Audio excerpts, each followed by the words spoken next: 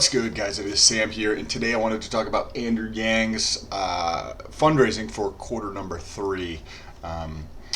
There's got some comparison videos of the top 10 candidates coming out in their fundraising and the percentage of people who are small donors. So if you want to see that video, press the subscribe button.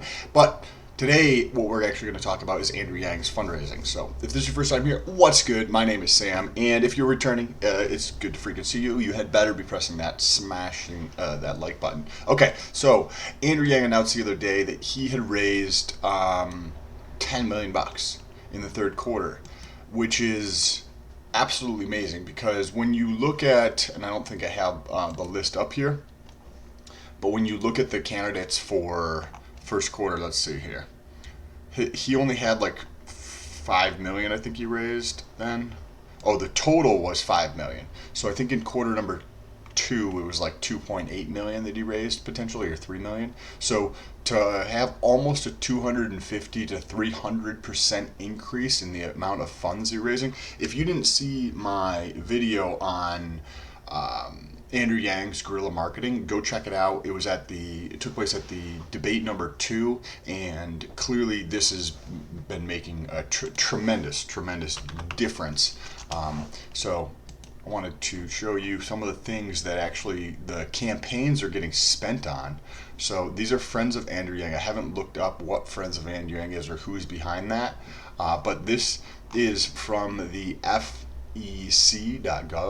This is the Federal Election Commission. It's a government website, I believe, that has official site of the U.S. government that aggregates all of this. So the candidates have to report the money that they raise, and their candidates also. Let's see here, ranking site. Let's pull up the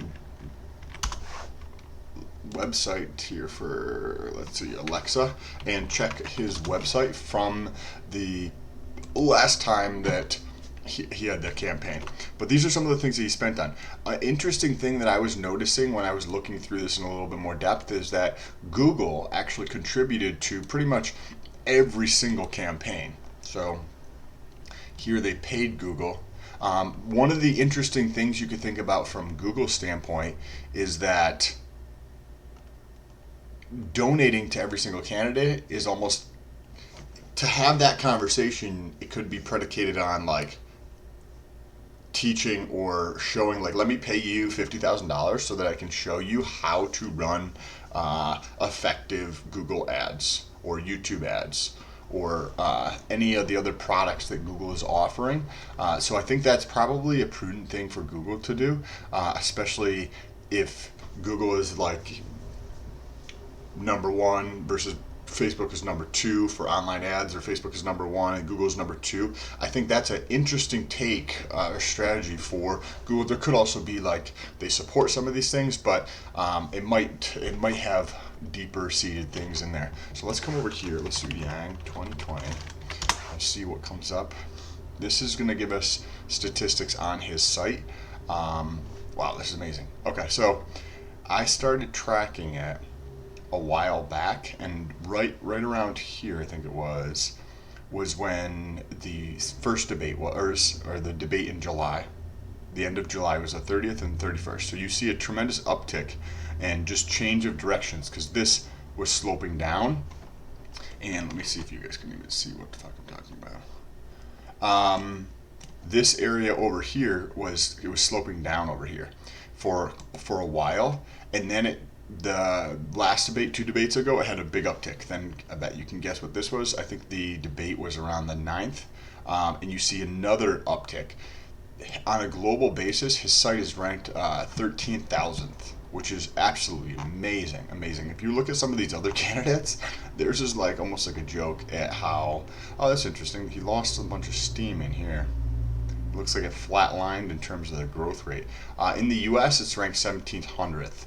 So let's take a look at, like, say, somebody else. We know, or we've heard that Elizabeth Warren is doing good. So I think hers is Warren something. Let's put on Elizabeth Warren.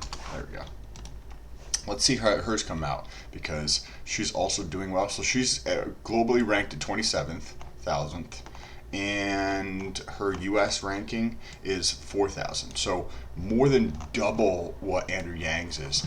But maybe you're like, well, why don't you check out Bernie Sanders? Well, let's check out Bernie Sanders, bro, and see what his is like. So his is actually doing the opposite, and I could see this in data because he's been losing ground.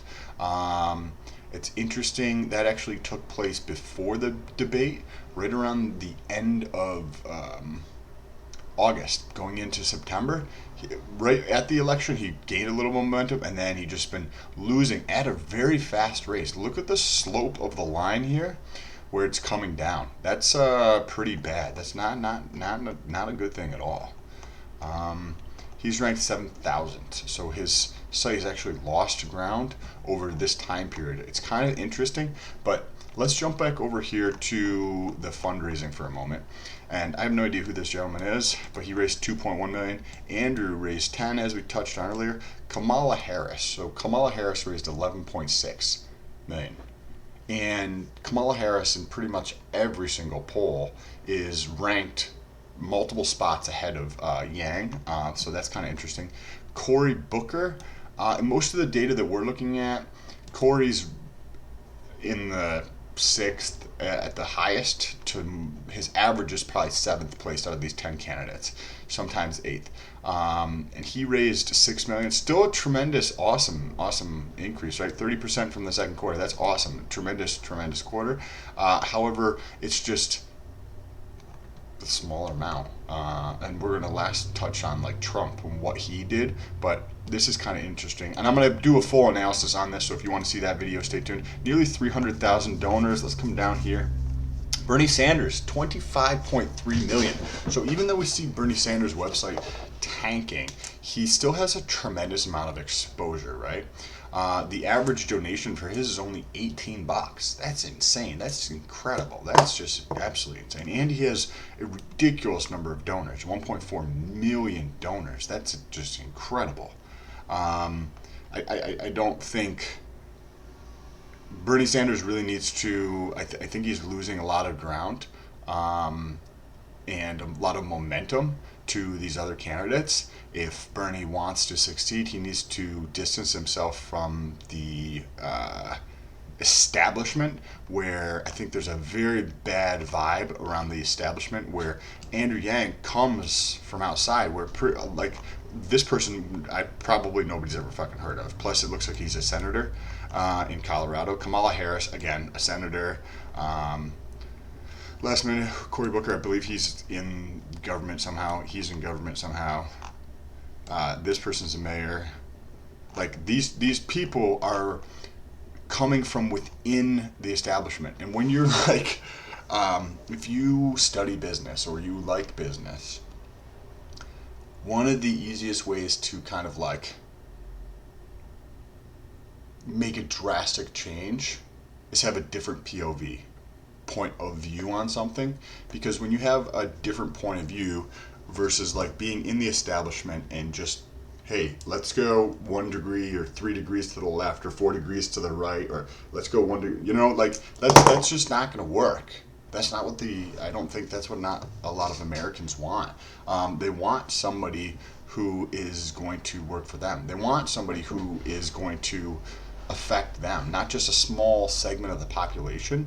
And the way, whether you agree with it or you don't agree with it, UBI is going to impact the most number of people. So if you're trying to get a message across, like being able to impact the largest number of people, I think is probably an intelligent thing to do.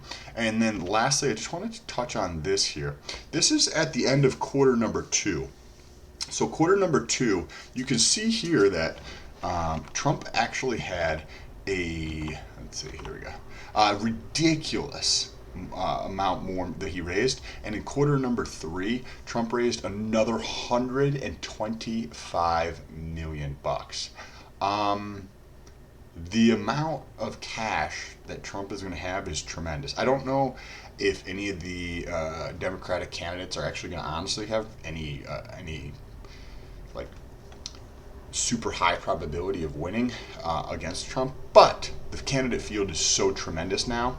So it'll be very interesting because this is the perspective we have right now based on the data that we're looking at. However, we're looking at 10 people, right? So you would expect 10 people to not individually raise more than the president potentially, right? I think Obama raised like 70 something million, which was a tremendous amount. So to raise even more than that, I think they set records back in like 2008 or whenever it was that he raised that amount. So when you come through and take a look at this, as more people start to drop off, we will see some of the difference here and see if some of that fundraising gap could be closed.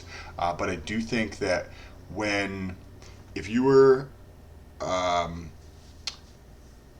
open to having some empathy to understand both sides of a POV, you can get a much clearer understanding of what is actually happening, and that's what I try to do. And when I take a look at some of the things that Trump is doing from a business standpoint, I really enjoy business. I think that some of the things from a business standpoint are very intelligent, and how I would make those decisions. However, I also believe that some of the things that Andrew Yang says, and his thought process about solving problems is also super intelligent. So I think there needs to be a lot more humility in the discussion that we have around leaders in this country and just any issues. It's not just one side or the other. It's actually taking the large dose of fucking humility to understand what's going on over here or what's going on over here,